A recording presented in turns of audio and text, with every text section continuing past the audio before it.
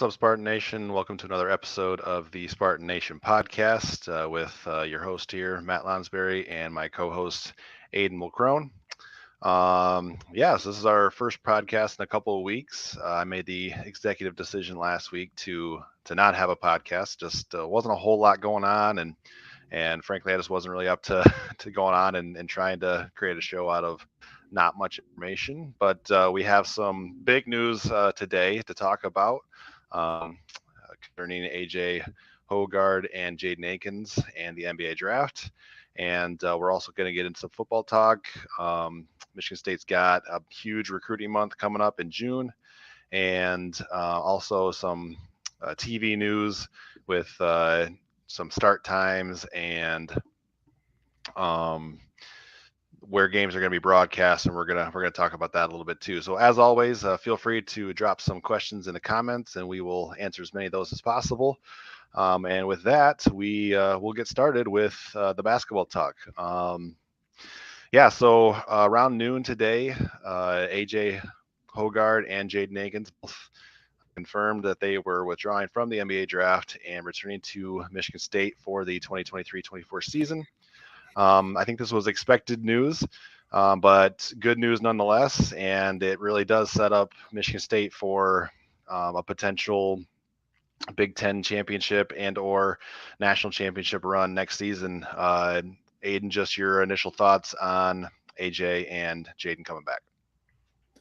Yeah, I mean, I don't think either one of us was really surprised that they were both coming back. I think this was news that we both expected, but again, just kind of the reassurance that they are coming back kind of puts the cap on, the off season for MSU. It doesn't look like they're going to be dipping into the transfer portal for anything else. The roster is pretty much full, and they're kind of moving towards that Final Four, Big Ten championship kind of, or national championship kind of aspirations and run. I know the betting odds were released today, and MSU had probably one. I didn't check the other teams, but my guess is MSU had one of the highest odds to win the national championship at the moment.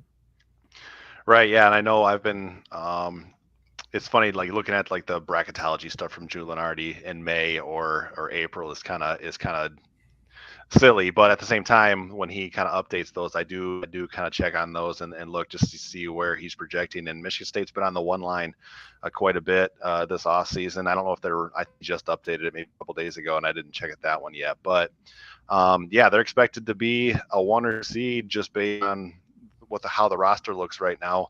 And you're returning 5 of your 6 leading scorers from a year ago. I think it's maybe even like 7 or 6 of 8 of your like top minutes players are coming back. Obviously, the exception being Joy Hauser and Pierre Brooks. So that's a ton of experience coming back for Michigan State. And then you add in that recruiting class that fans and even us in the media are kind of chomping at the bit to like get our first look at in a Spartan uniform. And this team is just loaded. I think one of the biggest issues last year and the years previous was just the lack of depth that Michigan State had. They had some solid, their starting lineups were solid, but they just did not have a whole lot on the bench. I mean, they're going to go 11 deep, I think, next year and be pretty comfortable. So that's huge. It's going to be less wear and tear on guys' bodies as the season goes on, and that was a big issue this last year with Hall getting hurt Malik Hall getting hurt after 4 games. Akins coming off of that foot surgery, he plays 4 games, and then he has to shut it down for a little while to let the foot heal a little bit, or at least adjust to the grind of the season. And so he really wasn't. I wrote a story about this development earlier today, and in that story I wrote the fact that AJ, or not AJ, but Jaden, it took at least half the season, if not more, for him to really get in like game shape, because for 8 weeks before the season he wasn't able to condition and things like that, not the stuff you normally do going into a season. And then he plays 4 games and has to restart the conditioning process over again because then he's sidelined. So I really think Jaden Akins could take another big step this season after a pretty sizable step between his freshman and sophomore years. And yeah, I know Michigan State's getting a lot of hype right now, and something that can make people nervous, over too high of expectations. But I just think it's justified at this point with what they're going to have on the roster. Yeah, definitely. I mean, going back to what you're saying about playing 11 guys deep, I mean, that's something that we knew that people who watch MSU over the years are very familiar with, and that's something that is common amongst Izzo teams is going 9-10 deep Right. in the bench, and we didn't have MSU didn't have that the last 2 years, or almost you could say 3 years. They didn't really have that.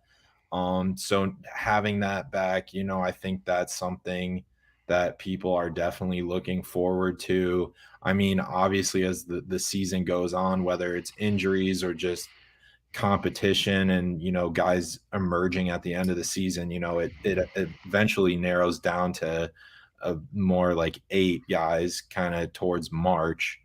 But yeah, that's something we're gonna see. I did see a question up there about with Hoggard and Akins coming back and Booker and Fears, is this a championship or bust for MSU? Honestly, I think for MSU fans, it may feel like it just because, Izzo is, trying to get his second. And I think people are really like keying in on that about, is he going to retire if he gets his second, or, when is he going to retire, or when is he going to get his second national championship?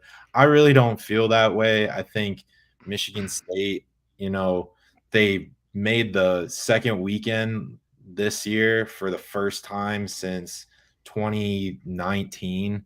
So I really think a Final Four would definitely be a step in the right direction, but it does feel like with this experienced team and the amount of depth and the amount of talent coming in this freshman class. I know this question didn't even mention Cohen Carr, who I think Right. both high on. Yeah, I mean it does feel like that, but I mean, as all MSU fans know, March is unpredictable and Yeah. very crazy. So Yeah. Just look at this last year. yeah, exactly. So, I mean, March is super unpredictable. So, I mean, if you have aspirations of championship or bust, I mean, that's how you feel. But I think that's not really going to define MSU this season. Yeah, well, first off, I want to thank Cameron for the question because he is one of those listeners who's kind of been with us through this whole thing, and he's a pretty routine listener, so we appreciate that, and we appreciate the question.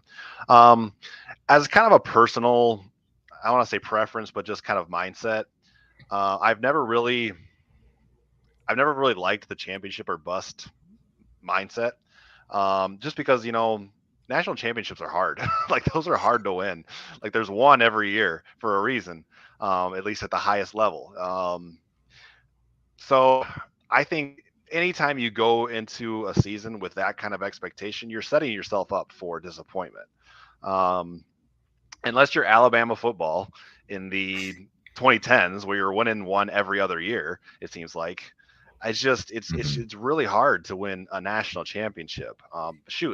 Michigan State's been a really good program for throughout most of Izzo's tenure. They've had good teams almost every year, and they've got one national championship. That doesn't mean that they're not a good program or even a great program or elite program, but it's just hard.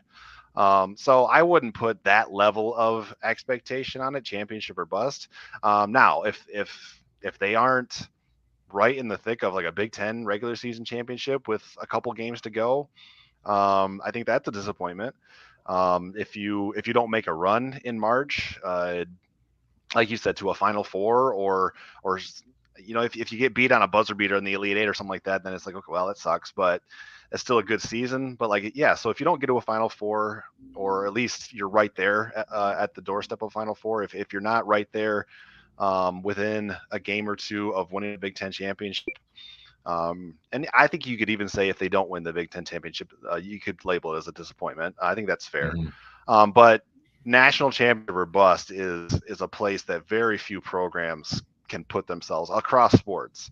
And in basketball, I don't think there has been a program that is there. Villanova had a good run the last couple of years under Jay Wright. Kentucky in the past, especially early on, I think with Calipari, maybe had those kind of aspirations, and yet they only won one championship too. So that's a big burden to put on this team in May. Um, and it could change if you end up being like the number one overall seed in the tournament. Now that's a little maybe a different story because you're expected to get to the Final Four and you're the favorite to win the national championship. So we'll see what happens with that. But a good question, thank you, Cameron. There's a lot coming in right now. There was another couple things I wanted to get to. Keys to Wisdom here. He's very active in the comments here. I'm just going to pull up this one about Hoggard in the NBA. I thought just because I'm a Pistons fan and I grew up watching the going to work Pistons, the Billups comparison is kind of intriguing. I don't think AJ is the shooter that Chauncey was, but I do see like the build. The similarities in their build and maybe a defensive side. Yeah, I don't think just going back to the decisions that AJ and Jaden made, I think Jaden would have gotten drafted. What do you think? Second round, mid second round, or are you Honestly, I don't think he would have. Okay, all right, that's fair. I think his lack of size definitely hurts his stock. Right. And I would say AJ was not going to get drafted. No, yeah, I think he doesn't have the athleticism that Jaden does. His game, and I don't want to like pile on AJ right now, but like he's not an elite shooter, and it just seems like it's hard to get on the floor in the NBA now if you're not a plus shooter. It's just really tough. Now you can be a specialist, you can be a defensive guy, I suppose, but like usually those guys are at least 3-and-D guys, and AJ's not a 3-and-D guy. So interesting comparison. I wanted to pull it up. Thanks for the comment, and thanks for all of your comments here. Keys to Wisdom. And then just another comment from Michael about the versatility of Michigan State's lineup, and I think he hits the nail on the head right there. I mean, you got last year they trotted out like a 3-guard lineup with AJ, Tyson, Jaden Akins, and then you had Joey Hauser at the 4 and Sissoko at the 5. It's going to be interesting to see what Izzo does with the starting lineup with this recruiting class coming in, because everybody kind of expects Xavier Booker, the number, I don't know what he ended up being, like, but a top 10 or top 15 player. Everybody kind of expects him to kind of be inserted into the starting lineup. He might be. He very well could be. I think just his build and the fact that he's a small forward, I would almost lean towards Cohen Carr being the freshman who starts. At least if there was going to be a freshman who starts, I think I would lean towards him. That's just kind of my gut feeling. I could be wrong. But you mentioned Cohen earlier too. So talk about the versatility and the different lineups that Michigan State can trot out there this year, Aiden. Yeah, I mean, obviously we know we're very familiar with Big Ten kind of style play. You think about a team like Purdue, who they just put Zach Edey out there, or whatever 7'2" guy they have that year, and they're just kind of big and take up space. And MSU is never really, I mean, in the last probably 5 years, they really haven't had that guy. They've had guys like Tillman, who were 6'8" and were strong, but didn't really have a lot of size in terms of being like 7 feet tall. So I think Booker does bring that aspect that they haven't really had in a while. Sissoko's still only 6'9". You can play Booker though at the 4. I think he, a lot of people make the comparison to Jaren Jackson. So I think that in that sense, there's versatility. I know, Xavier Tillman was kind of brought in as a recruit to play the 4 and ended up being a 5. So I think, Izzo's very familiar with, getting players to size up in a sense. Same thing with Cohen Carr. He's probably going to play majority of his time at the 4 instead of the 3. Norman's probably going to be playing more of a 3 role than a 2. I Yeah. think, I don't know how much he's going to play this year, but further down the line, in the next few years, he's going to be like that. I'll be interested to see where Fears plays, especially with Walker, Holloman, and Hoggard. Right. And Um, yeah, Jaden and Akins. Akins, you can really Yeah. throw him in there. So that's definitely very interesting, but you do have a lot of different looks that you can throw at teams, and style makes matchups, Mm. especially for the tournament. So maybe in the Big Ten, you might not see a ton of different styles. You might see them go to a few, key lineups just because they're playing the same style of ball for all the Big Ten teams or majority of them. But the non-conference will be very telling, especially in December. Of that rotation might be narrowed down a little bit. They might learn something about one of these new guys and in terms of fit with and chemistry with their teammates. So I think that's something definitely to look out for and will definitely be useful going into March. Yeah. You mentioned the guards and just how deep Michigan State is going to be at in the backcourt this year. Izzo is almost exclusively a man-to-man defensive coach. He will use zone occasionally in like a very specific or special situation, but mostly it's going to be man-to-man.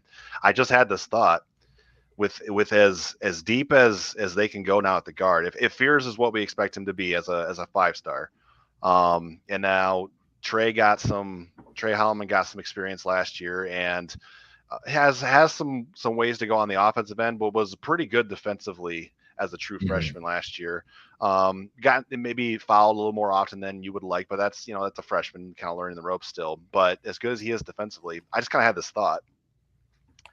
I wonder if Izzo will utilize any more like pressure, like maybe even a full court pressure from his guards. Because if you rotate guys, AJ, Tyson, especially like Tyson and Akins at the start, and then if those three are starting again next year, and AJ's probably playing again, is probably going your opponent's small forward because he's the bigger of the three, and so you put a little pressure with Akins and Tyson, maybe like 3/4 court pressure, and then you can rotate in Jeremy Fears and Trey Holloman too to keep legs fresh. Like I like that idea. Like maybe I should call up Izzo and give him my thoughts. But just as a basketball, I help my dad coach basketball, and so that my wheels are kind of turning right now with that. I love that idea to just get a little bit more pressure in the backcourt and see if Michigan State can speed up the game a little bit, get some easy buckets in transition off turnovers. Turnovers have been an issue for them at last, going back, quite a few years now. Like let's put the shoe on the other foot and speed other teams up. So I like that. I'm just interested to see if he'll do anything like that once the season kind of, because you got to get Fears acclimated with the college game a little bit. Mhm. You got that with Trey last year, but there's another step you got to take. So I think there's a lot of going back to that versatility. There's just a lot of options that Izzo's going to have with this roster. There was one comment that I wanted to get to from Keys to Wisdom about Booker. It says Booker's tall, but he's a freshman, skinny, and he's got to bulk up once he gets to college. He'll play some more. I agree with this in part. I don't know that, and again, I'm not trying to get people to pull out the pitchforks or anything, but like I don't know that it's going to take some time. I think for Booker to adjust to the college game because he does have a slight frame. And so he just arrived on campus. Michigan State put out the video of him going into his dorm room and stuff like that a couple days ago. So he's got several months here to add some weight and to start, strength and conditioning and all that. So he's gonna bulk up some between now and the start of the season. But yeah, I wouldn't be surprised if it takes a little bit of time for him to get acclimated with the physicality of the Big Ten and things like that. Any thoughts on that? Yeah, I mean, I think if he adds some muscle, you know, that's what you want.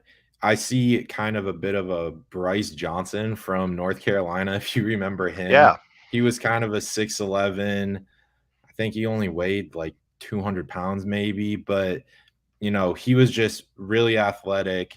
They could play him at a 4 and a 5 position. He handled it. He handled his defensive role well against larger players. I think I see a little bit of Booker or of Bryce Johnson in Booker.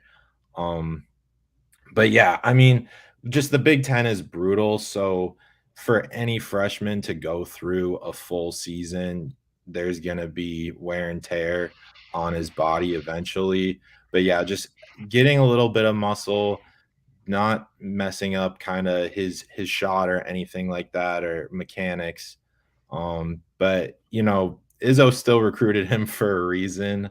right. He knew what he was when he recruited him. So, I do believe Izzo has a plan for him in place that, whether or not he does add, an extra 30 pounds of muscle or not, that he'll be ready for the season.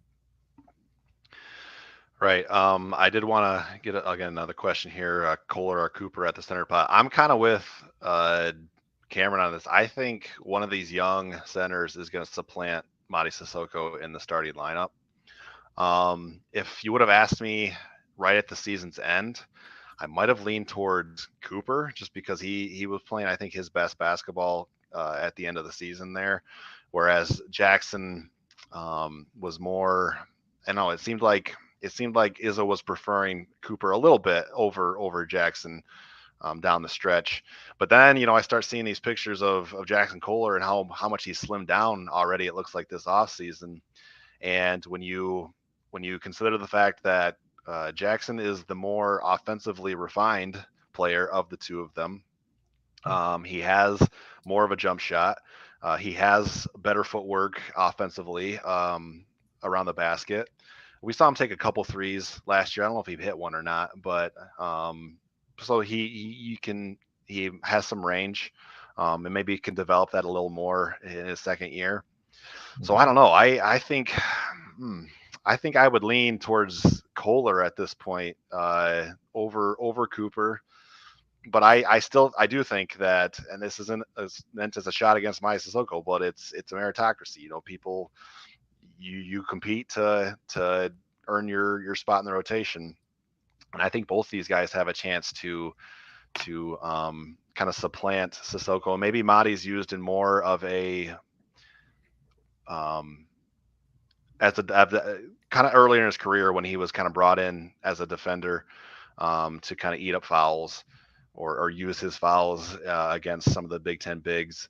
And he's better now than he was as a sophomore. He was better last year than he was as a sophomore. I think he took a decent stride last year. And so it's not like he's going to be just relegated to that role, but I can kind of see that as more, again, a situational thing, the versatility. What does Izzo need in this particular situation? And I could see him going to Sissoko and those areas. Thoughts on that, Aiden, as far as like this question and then the center rotation as a whole?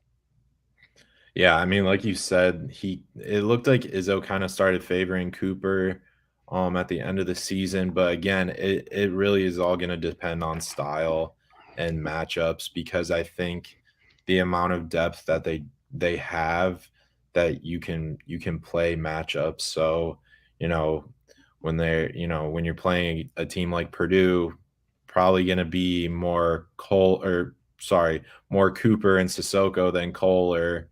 And then, if you're playing a smaller team, you might see Kohler a bit more just because he does look faster.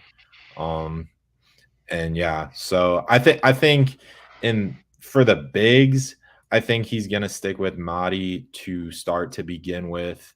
for the season. I think Izzo does favor veterans early in the season, Yeah. especially in non-conference. And then once you get to December, the end of non-conference, and then you start going into Big Ten play, I think you'll start to see what that real lineup for the rest of the season and heading into March will kind of look like ideally. Yeah, I'm with you on that. We touched on this earlier, but just to give Kyle's another one of our guys who has kind of been there from the beginning, and we appreciate that, Kyle.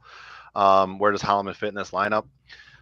Again, just based on the experience of those top three guards, and then the fact that Fears has a lot of expectation hype as a five guy. I think Holloman is fifth right now in that Mhm. in that in the depth chart.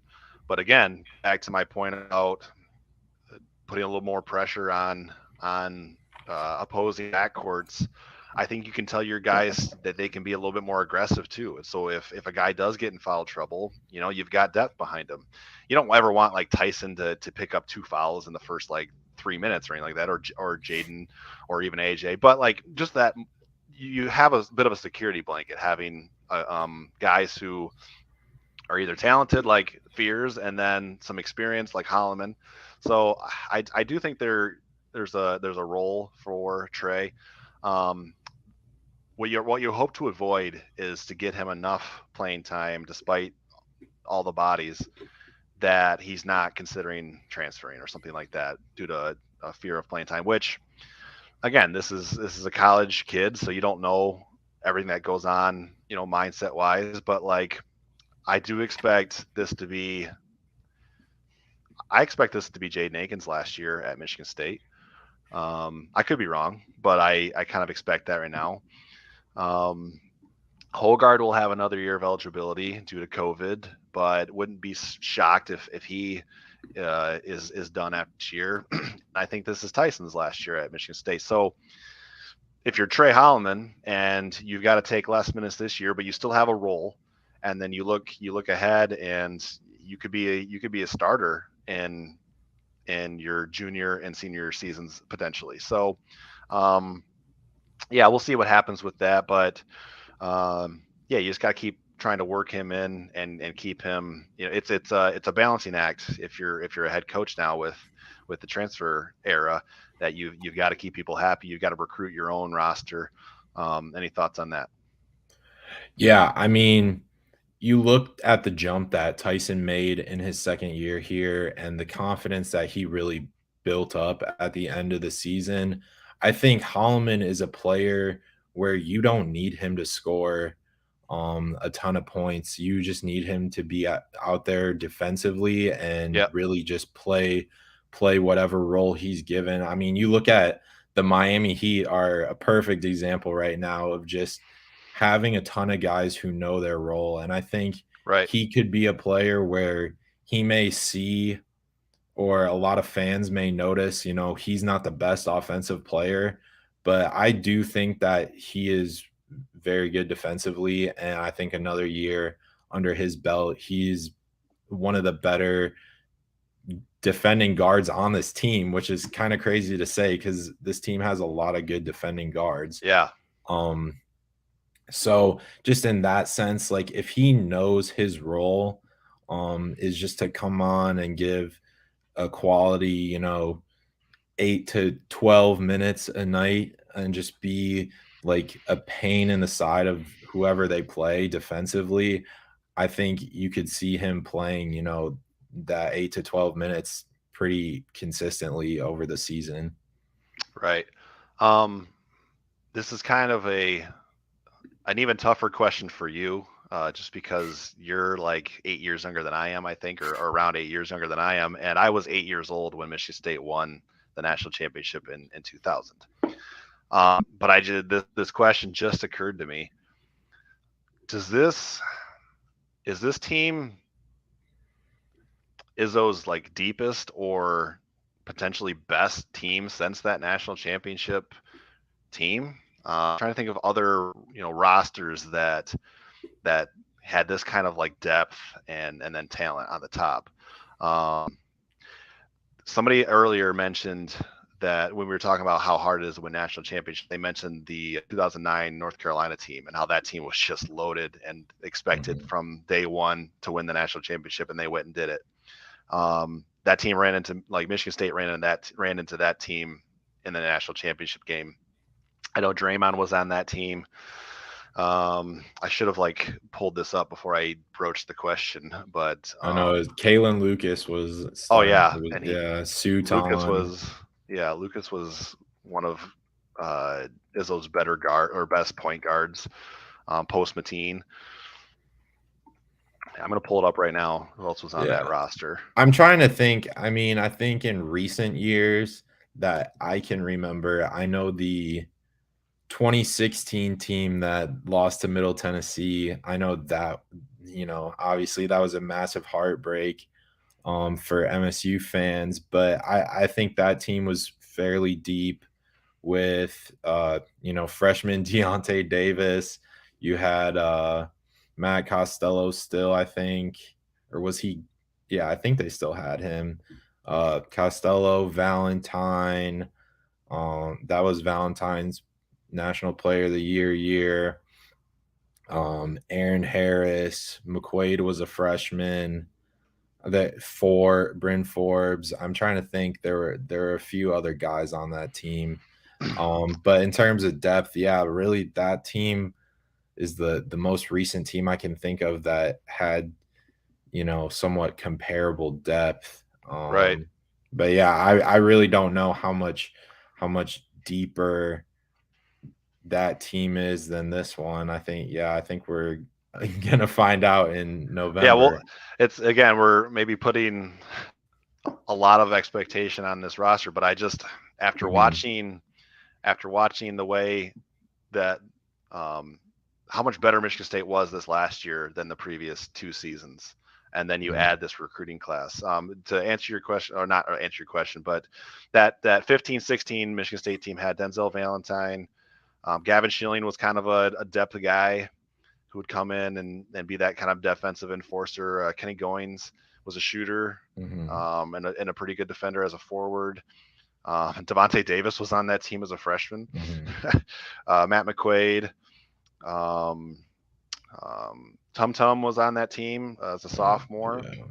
Matt Costello was a senior. You were right about that. Bryn Forbes. Yeah, Kyle Arns was a freshman. So yeah, that team had a lot of depth and talent to your point. And then the 09 team, uh, Kalen Lucas, Raymar Morgan, Delvin Rowe, obviously Draymond. Let's see who else was on that team. Corey Lucius was on that team. So Derek Nix was a freshman, so he wasn't like part of the rotation yet. But yeah, that's a pretty good team too. So yeah, I think this roster that we're gonna have in 2023-24 is lines up with those and is comparable to those. So Mhm. I think the expectations are justified, and Michigan State fans have plenty to be excited about once the season kicks off in in November. How about that Champions Classic? Like they're playing Duke. Duke might be the preseason number one team. State could be a preseason top 10, I think at worst, maybe top five. The Champions Classic this year could really be something. So Yeah. um, let me look through the comments here. If there's anything else. Um, Again, we appreciate the comments and the questions. Keep those coming if you have any more. Um, any final thoughts on basketball, Aiden, before we kind of shift gears and talk some football? Nope. Okay. All right. We'll shift gears and to football now. If you guys do have questions about basketball, feel free to ask them and we'll answer them maybe at the end of our football segment. But we are going to shift gears. Uh, yeah. So when I made the decision last week to not have a podcast, the only thing that really I kind of had a want to talk about was at that time, I think the season finale against Penn State had just gotten moved to Ford Field in Detroit. That game's going to be broadcast on NBC, and that kind of created like an uproar on Twitter. And there was two sides. The fan part of the fan, half the fan base seemed to love it or like it, and then the other half of the fans base seemed to hate it, and just be mad about it. So we're going to talk about that, but the thing I really want to talk about is the news they got today that Michigan State's Week 3 game against Washington is going to be exclusively on Peacock, which is NBC's streaming service. And Aiden, we talked briefly before we went live, and you said you have some experience on Peacock, the streaming service, and so I'm going to let you maybe talk me off the ledge here a little bit, but I'm going to share just my thoughts on this. I think it's blasphemous to have a game of this caliber exclusively on a streaming service. As a traditionalist when it comes to college football, as somebody who can't stand the way that I understand it, but I can't stand the way that television contracts are kind of the driving force now behind all of the conference realignment that's going on across the country. I just hate this so much because it's two Power 5 programs. I know Michigan State had a down year last year and was 5-7, and they'll go into this game as a heavy underdog, maybe a 2 touchdown or more underdog. But like, Washington's going to be a preseason top 15, maybe top 10 team. This is Week 3. Michigan State win their first 2 games. If the sky will fall if Michigan State doesn't win their first 2 games, so they're going to be 2-0. I don't know who Washington plays in Week 1 and 2, but I expect them to be 2-0 going into that game. And just the fact that it's not going to be on a local cable network, and I don't know, NBC is going to broadcast Syracuse at Purdue at 7:30 that night. And so part of me is like, why is Syracuse Purdue going to be on NBC and yet this game is going to be on Peacock? I wonder if it's because Michigan State already has 2 scheduled night games on NBC later in the year. They're going to go to Ohio State in Week 11 and play at night. And then the game against Penn State at Ford Field is going to be a night kickoff on a Friday. And so is that a Michigan State thing where they didn't want to play a third night game? Is that NBC not wanting to have Michigan State in their primetime slot 3 times? I don't know. But I saw this and I was mad. I was just mad. So me off the list. I mean, what's your? I guess I'll just say that opinion on this, Aiden. Yeah, I mean, it definitely is aggravating that it's not, on cable or just public TV. You would hope that a game like this would be on, NBC or at the worst, like, ESPN2 or something right. Like that. But yeah, the fact that it's on a streaming service is definitely annoying. I've used Peacock. I think if anyone else who watches like Premier League soccer uses it, it's not a bad service. Honestly, I like it more. I've had fewer problems with Peacock than I have with ESPN streaming and like watching like TNT or like CBS Sports or anything like that. I've had probably the fewest problems with that, but again, it is annoying that it's not on that it's not live television, that you have to stream it. I think, and you talked about how they already had 2 night games. Honestly, I wouldn't really count the Penn State game just because it's on a Friday. Yeah. And that it's the fact that it's not on a Saturday. I think if that was the deciding factor, I think that's kind of lame. The fact that they were like, oh yeah, we're not going to give MSU 3 night games, even though one of them's, a Friday night where they're the only game on or one of the only games on and not Saturday.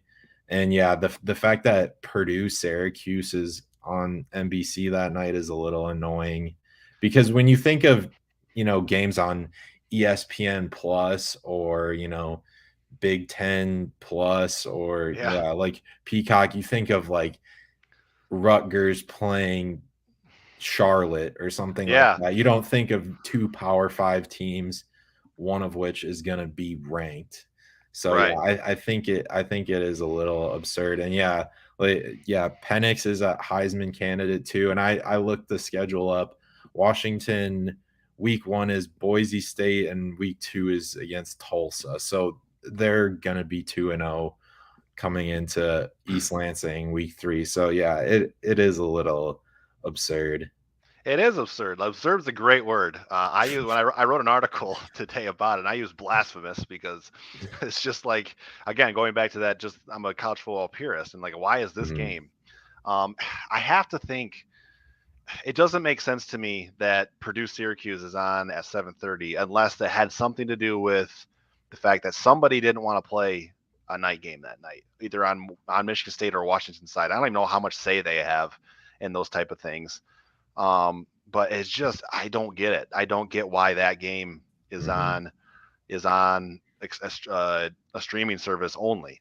Um, and yeah, to your point, Michael Penix Jr. is a pre-Heisman candidate, and so that kind of takes a lot of. I mean, again, it's September, and most people win the Heisman in November, and so is it going to impact his candidacy? Probably not, but I'll still use it as ammunition to call this out because it fits my narrative. But yeah, I don't like this at all. Don't like the trend towards of sports towards streaming services. And again, maybe I'm showing my age. I'm going to be 31 in 2 weeks. I'm not like old man yells at cloud or anything like that. But like, still, it still bothers me that some of these games are going to be on streaming service. One time I watched a game on Peacock. I think it was Notre Dame was on there, maybe Navy or somebody they were playing, and my best Notre Dame fan. And so we watched the game, I think, on Peacock together. And it's good to hear now from you who has watched games on Peacock that it sounds like it's a good product on there at least. Mhm. Um, so that's good to hear. That's not my biggest point though. My biggest point is just No, like I just get it. the lack of access for the vast majority of Michigan State fans. It seems like. I mean, unless The Office is huge in East Lansing and they love to go to Peacock to watch The Office. I don't know, but it just bothers me as a college football fan that this game was relegated to. And I looked at the schedule. I'm going to Mhm. pull it up right now. It's not a very loaded schedule of college football. Um, let's see here. Florida State, Boston College is going to be on ABC, and I understand that ESPN didn't have any access to this game because the Big Ten and ESPN are no longer Yeah. television partners, and ABC is part of the same network that owns ESPN. So, but Boston College, Florida State is on ABC. Um, see, LSU, Mississippi State, that's SEC, so they're going to be on ESPN. Penn State, Illinois is on Fox, and that's kind of. I think I would lean towards Michigan State, Washington being a bigger game than Penn State, Illinois, but I at least understand the argument for the other game. I'm assuming Fox had first choice this week, and they chose Penn State, Illinois for their big noon kickoff. Mhm. Illinois won 9 games, I think, last year, and so that's kind of an ascending team under Brett Bielema. Obviously, Penn State has high expectations for next year, probably going to be a preseason top 10 team. So I get that selection. That makes sense to me. Um, so that one I get. Um, Big Ten Network's going to carry Louisville, Indiana at noon, and I'm sure Big Ten Network had the last like when they sit down and television broadcasters get to choose which games they want. I'm sure Big Ten Network is like the last pick in the rotation. Mhm. Um, so I get that, but I would rather watch this game on if I wasn't going to be there, which I am because I'm fortunate enough to have this job. And you'll be there too, Aiden. I'm assuming. Right.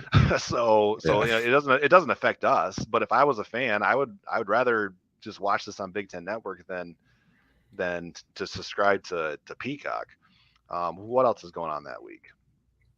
I do Uh, want to say quickly, it just kind of occurred to sure. me as we were talking in terms of just the markets in general for this game, because you have Washington, which is the Seattle market, and then you Yeah. have Michigan State, which is one of the largest alumni bases in the world, and they have large markets in, Chicago, Detroit, just pretty much everywhere. So it is kind of weird that, you have and then you have Purdue, which is, you know I mean, I don't They're mean a to hate basketball on school. Purdue, but it's like middle of nowhere Indiana versus Yeah, and it's a Syracuse, who, basketball again, school. yeah, they're two basketball schools playing each Exactly. other. So, like, yeah, it is kind of funny.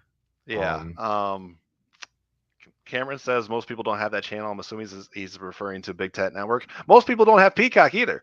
I yeah. mean, so that's what I would say. That's what I would say to that. Mm. Um, I'll throw up Kyle's comment here. Media bias. Nick Saban invited to talk and playoff. Yeah, that was something too last year when Nick Saban was pretty much invited to come and pitch Alabama's case to make the playoff last year. Yeah, I think I'm. So I study journalism in college, and so I sometimes think with the media bias thing, and I'm speaking purely on sports now. I'm not getting into the political realm because I'm just not going there. We don't do that on this show. We Yeah, don't do that on this channel. All for the right. best. Yes, absolutely. If you want that, there's plenty of other places you can go to get political talk. Um, but I think sometimes media bias is overblown. But when it comes to who's going to be on television or what networks choose which games, there's absolutely a bias because the media want the one that's going to draw the most eyeballs. But to your point, Aiden, how is this game not one of the ones that's going to draw the most eyeballs this week? It just doesn't make any sense Mhm. to me. So, yeah. So thank you for the comment, Kyle. Let's see. Oh, and then here's the thing. This I will address this too. What happens to season ticket holders with the Penn State game being moved to Ford Field? So, though the season ticket holders are going to get a refund for that game. Um, I've never been a season ticket holder for any sport, so I don't really know how that whole thing works. And I don't know what season ticket holders paid for their season tickets this year. I heard on social media that they were getting like a $50 refund for the game between Michigan State and Penn State, that last game. Again, I don't know. I don't know what the price is, if it's like $450 a season or something like that, or but if I was a season ticket holder, I would be pretty upset if I was getting $50. I think it's like $450. I could be wrong on that. If somebody's a season ticket holder in the comments and can correct me on that, please do so. But I think it's around $450 for season tickets. There were 7 games this year. Penn State, Michigan State is a bigger game than all but the Michigan game at home this season. So I would be upset because I think that game's worth more than $50. So if that's what I'm getting back for my refund, I'd be upset. And Michigan State's gonna refund people who have already paid for parking and stuff like that too. And that's good, like good for doing that. But I'd still be pretty upset if I was getting $50 back for that game because I think it's worth more than $50. My opinion. Um, and yeah, so you have to go and get tickets through I don't know if it's the Lions website or if Ford Field has an exclusive. I'm assuming it's just the Lions website. I don't know how you would get tickets for the game in Detroit or who it goes through anyway. Um, so yeah, we can shift gears now to this game because I did want to talk about this too. Um, this doesn't bother me as much as the Peacock thing. I never thought I would say Yeah. that. Just I never thought those words would come out of my mouth. But I kind of I get the pros and I get the cons for this, being that the fact that it's a holiday weekend, students are typically not on campus, and I'm going to let you speak to this too, Aiden, because you're a student at Michigan State, and so you can give a little more insights about this game and the student section and things like that. but students typically aren't on campus this weekend. It's typically cold. Last when Penn State came 2 years ago to East Lansing, it was a snowball. Um, and so from that perspective, I get the appeal of playing indoors, giving the players an opportunity to play in an NFL stadium, which a lot of them seem excited about. So that's a pro. Um, Detroit still should be a good home field. I would expect you'd still have good home field advantage there, as long as Michigan State has a decent season. Like if they're 6-5 or better going into this game, I think you're going to have a pretty solid home field advantage. I don't think too many, but it does open up the opportunity for Penn State fans to um, to maybe have a bigger, larger presence than they would have at Spartan Stadium. I'm kind of rambling here, but so Aiden, give me your perspective on this move to Ford Field. Talk about the student section thing, and then your general thoughts. Yeah, I mean, I have no clue how the student section is gonna be. I know from past years, I remember my freshman year, MSU played. I'm pretty sure it was Maryland for. It was the last game of the season at home, and it was raining and kind of miserable, and that was the last year of D'Antonio, and MSU wasn't very good, and neither was Maryland, and it didn't really draw that big of a crowd, just in general in terms of weather and the teams and just all things considered. Uh, yeah, and then again, like students are gone that week for Thanksgiving, so that definitely drives down the amount of people who come to the game even less.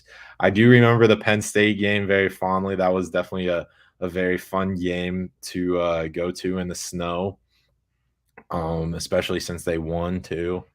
Right. So in that sense, that was definitely a fun game. But again, that game didn't sell out. It was still, that I mean, if people know what I'm talking about, that upper deck above the student section is pretty Yeah. much always empty. You can see it, no matter where you are in the stadium. That upper deck, that corner is always kind of left empty, and I mean, unless it's like the Michigan game. Sure. So in that sense, I understand. Mhm. I kind of like the idea that it's kind of more bringing it towards Detroit area, where a lot of students go or students are from around closer there, and then also just alumni in general live more around that area than kind of.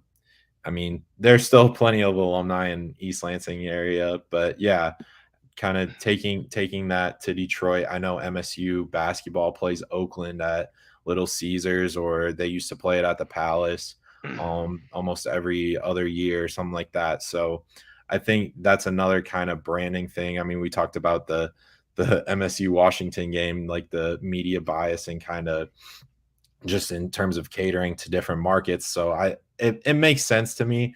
I think the funny part about all of this is that MSU and Penn State are the two founding land grant schools and huge agricultural schools, and they're playing in a climate controlled stadium, like dome that's you know got the AC going, and they're playing on turf instead of real grass. So Instead of real grass. I think that part is funny to me, but I Ironic. do Yeah. yeah, but I do like the idea of them playing at Ford Field. I know some people were like saying it kind of takes away from senior day for players, but it does seem that a lot of players are on board with it. And yeah, I do like the idea, and that's definitely a game. Even if I wasn't gonna go, or even if I wasn't planning on going to the MSU Penn State game before, I probably would have planned on going to that. Um, that that now that it's at Ford Field. Yeah. I like it as a one-off. I'm cool with it as like a one time thing, or at least like once every how many years. I don't want it to be an every year thing, um, because I just again going back to the traditionalist that I am when it comes to college football. I like games on campus. It's just I think Hmm. that's where games belong. Yeah. But I do.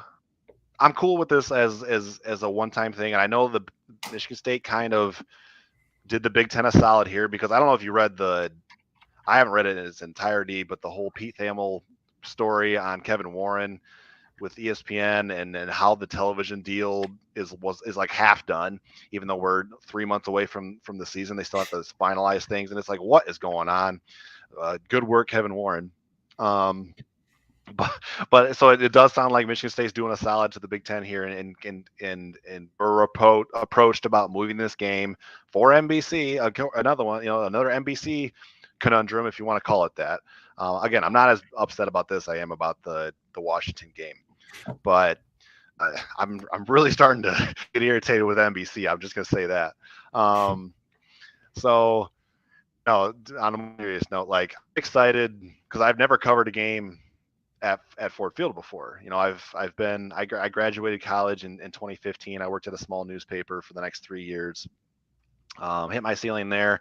Worked in a warehouse for the 3 years after that, and then I kind of got a break and got my foot in the door um, in this field covering college athletics, and made my way eventually to the position I'm in now, and I'm thankful for it. And Ford Field's going to be one of those that I get to check off the list of venues that I've covered a game at. So that'll be cool for me, and I'm excited about that. Hmm. So again, as a one time thing, it didn't bother me that much. I get the frustration from the uh, season ticket holders if that they paid a price for the season tickets when they expected this game to be included. You can get a refund, but that might change your decision to buy season tickets if you know this game is going to be a part of it. So I get that frustration. Um, some people have said I want to get your perspective on this too because um, you follow recruiting semi regularly, and I've heard the argument that this could help Michigan State in recruiting the Detroit area. My gut or first instinct would be they're already recruiting Detroit. Like Detroit's just up the road. Um, I don't think it helps that much with Detroit recruiting. If anything, I think it may help Penn State recruit in Detroit a little bit better, and they already recruit Detroit pretty well. So, what are your thoughts on that? Yeah, I mean, definitely just bringing the product to Detroit as a whole. I think it does help a little bit. Just the fact that, you know, they can get a lot. I mean, I don't know how they're gonna manage the recruiting and kind of how they would manage, of taking a visit um, to Ford Field or going to see a game at Ford Field. I don't know how they would manage that in terms of recruiting, but yeah, definitely bringing the product closer to Detroit. I do think it would. I mean, the fact that you're not on campus because when recruits take college visits, it's kind of a whole you know weekend thing where it's like you get there on Friday and then Saturday you're visiting the facility, you're seeing players kind of their walkthrough and everything, and then you go to the game, and then after the game you meet with coaches, and there's a whole process that goes into taking a weekend visit as a high school recruit. So I wonder what that's going to look like for that weekend. Kind of, I mean, Yeah, obviously it is Thanksgiving, so it would be interesting to see what they would do for the fact that it's on Friday too. So what they would do for Friday, kind of, you know, the day after, and then do they just take them all on a bus to East Lansing, like take a bunch of recruits on a bus to East Lansing after, yeah. or do they get on a plane and go to State College or wherever? So it'll definitely be interesting and kind of yeah, I think we'll see that unravel as when we get there. Right. Um, yeah, I mean, I Thanksgiving is my favorite holiday of the year. So yeah, as far as like just the weekend in general, yeah, it's gonna be Mhm. awesome because you get the Lions on Thursday. Uh, Michigan State football is gonna play. Man, I just thought about this literally just now. That's gonna be a crazy day for us covering Michigan State because I totally forgot about the fact that the basketball team's playing the same day. Oh, Um, really? I didn't even think about that. so yeah, I'm gonna cover. We're gonna cover. We're gonna cover the football game in Detroit. At least I am, and I will absolutely put in a credential request for you, Aiden. If you're, I mean, I don't know. It's Yeah, holiday weekend, so we'll see how that plays out. But right. and then yeah, I don't know how I'm gonna get all that covered, but it's still gonna be fun. And then selfishly, because I'm a college football junkie, because State plays on Friday, I get to watch rivalry Saturday and just enjoy it as a fan, which is Mhm. fun as a college football fan. So I'm not upset about that at all. I'm just speaking generally as far as taking games off campus. I thought your point about the agricultural colleges was funny. Um, gonna throw up this comment. Should be a trade. Penn State can give up a home game and play us in Pittsburgh or Philly. I understand the sentiment, but again, I don't like taking games off of campus. So I joking here. I'm against your proposal, Keys to Wisdom. So oh, I think he might be right. I think Keys to Wisdom is right. I think the basketball game is Thursday after the Lions. I think he's right about that. I haven't even So checked the basketball schedule, so Cameron Cameron threw me I off. can tell Cameron you. threw me off a little bit there, but I think Keys to Wisdom is right, and that we get watch the Lions, and then Michigan State basketball plays. Yes, because against Arizona, and they're playing in California at some new stadium or Nevada or somewhere over there. And so yeah, they're playing Arizona that day. So thank you for the correction, Keys to Wisdom, and that just put my mind at much more ease because now I can kind of space out my coverage days a little bit better. So you mentioned, and this is just kind of a small point, but you mentioned with Senior Day and not having that at Spartan Stadium. I think you just move it up a week. I think they play Right, Nebraska right. earlier, so just do senior festivities. I would rather see them do, and I don't think they don't bring out the players with and do the whole ceremony before the game anymore, do they? That was the Antonio thing, but I don't think they've done that under Tucker. I honestly don't remember. I thought they did, but maybe I could be not. wrong. Yeah, I don't remember. I can tell you. I can't remember the last home game last year because they It played was Indiana. Indiana. Okay, well that was Yeah. tough senior day last year. Yeah. Yeah. Man, but I can't remember if they did. But anyway, that's beside the point. But I think you just move up festivities to that previous home Right. game. I'd rather see them do it at Spartan Stadium than do it in any kind of festivities in Detroit. Um, so again, mixed bag on this, but I'm not up in arms over it. Um, let's see. What am I? Oh, some days with okay, basketball and football. I understand it from a fan's perspective how cool that would be. As a guy who covers the team, and we're a small operation here at Spartan Nation. It's me and Aiden, and that's it. Like that's we got to cover it all. So it doesn't sound that appealing to me as the guy who's got to cover. And I'm kidding. Like I understand how blessed I am to be able to do this for a living, and instead of I worked the 8 to 5 job in the warehouse for the 3 years, and so I understand. Like I don't want to come off cross as somebody who's complaining about the job that I have. I appreciate it, but that being said, I like it out a little bit. So um, I thought we would touch on recruiting a little bit. I know we're over an hour here, and so we won't spend a ton of time on this. But just to kind of put a cap on this, Aiden, June is a huge month for Michigan State when it comes to recruiting. You wrote a story about this a while ago. I didn't publish it until a couple days ago, but just about the guys that Michigan State's going to have on campus. I think there's like around 30 confirmed visitors But that doesn't even include guys like Jeremiah Beasley, who I think is expected to be on campus at some one of these weekends in June, but he's not like a confirmed visitor. And there's that number is probably gonna grow to be over 40 by the time the month of June's over.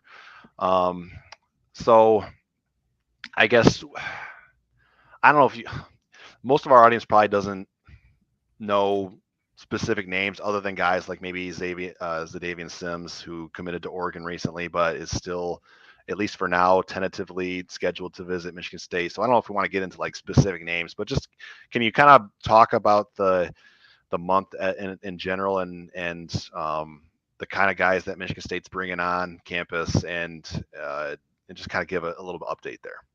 Yeah, so really reading the list of guys who are coming on campus this month, taking official visits.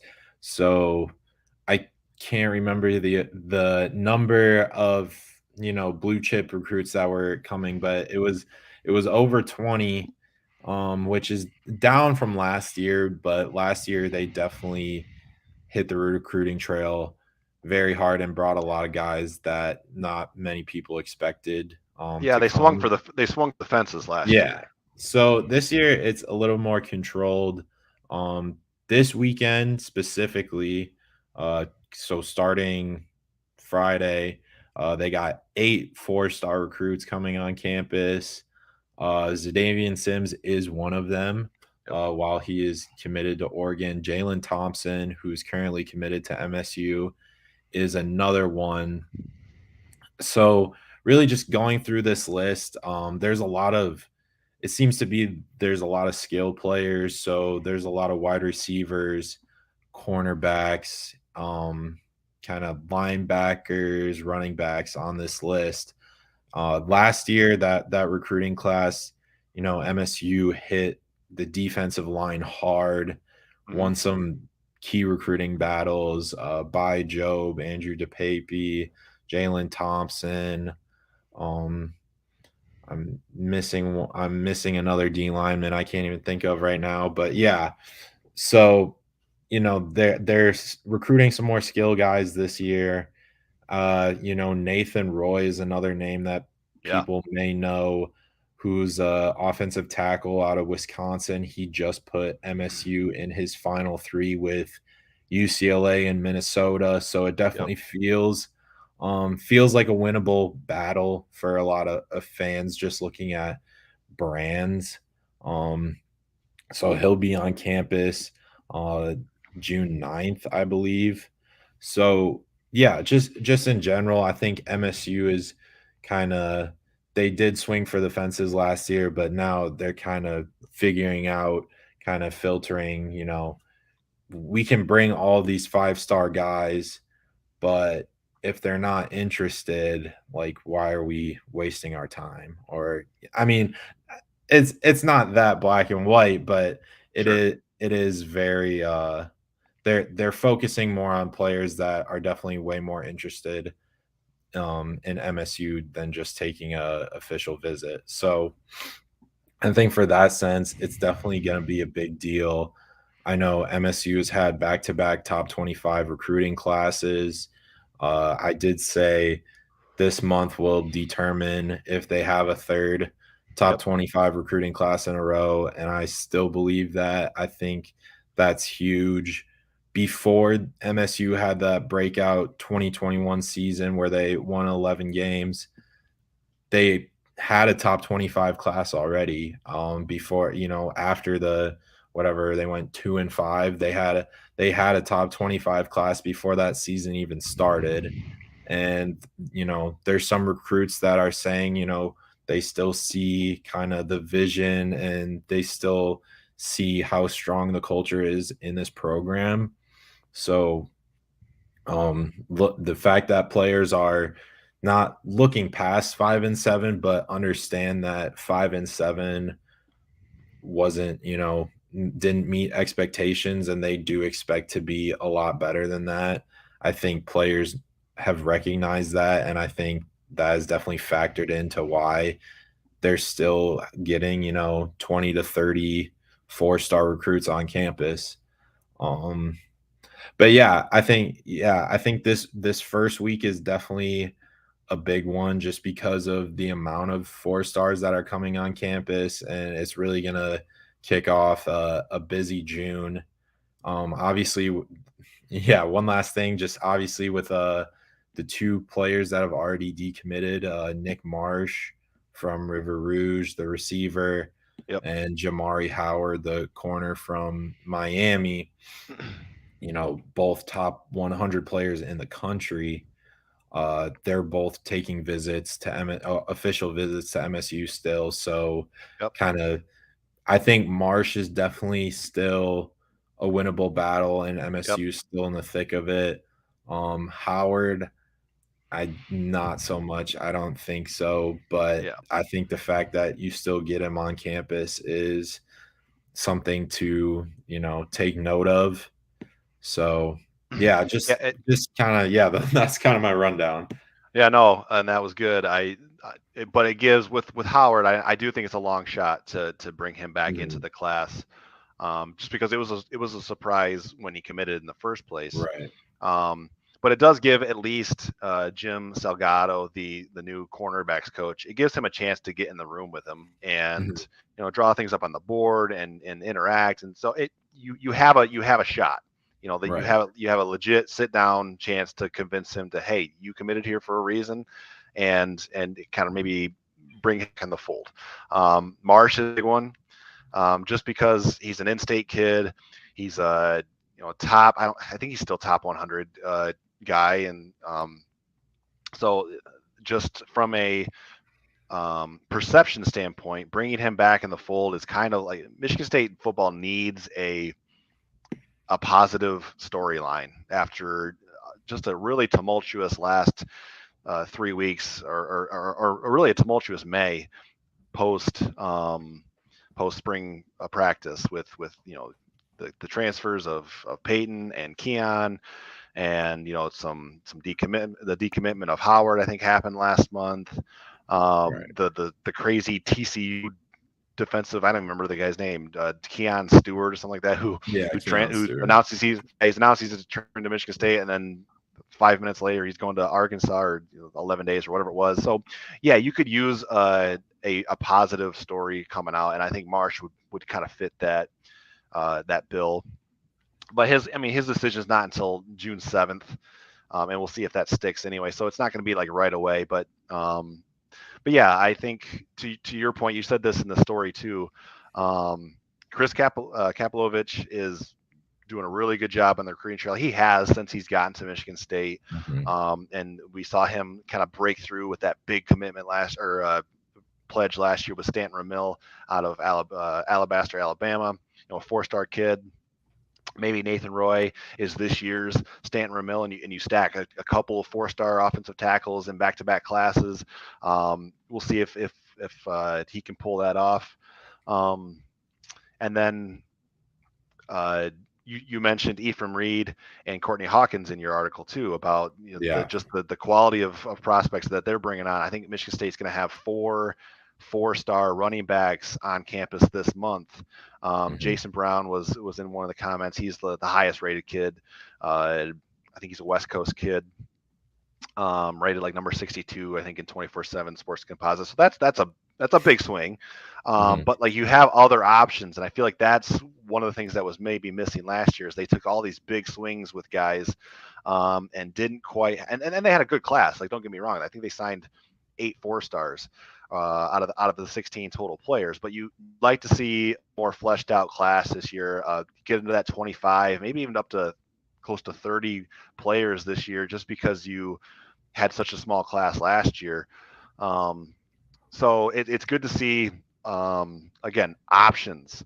4 different 4-star running backs are going to be on campus, and you can pitch different ones. A wide receiver, I'm not as clear on the numbers, but like, obviously there's Nick Marsh.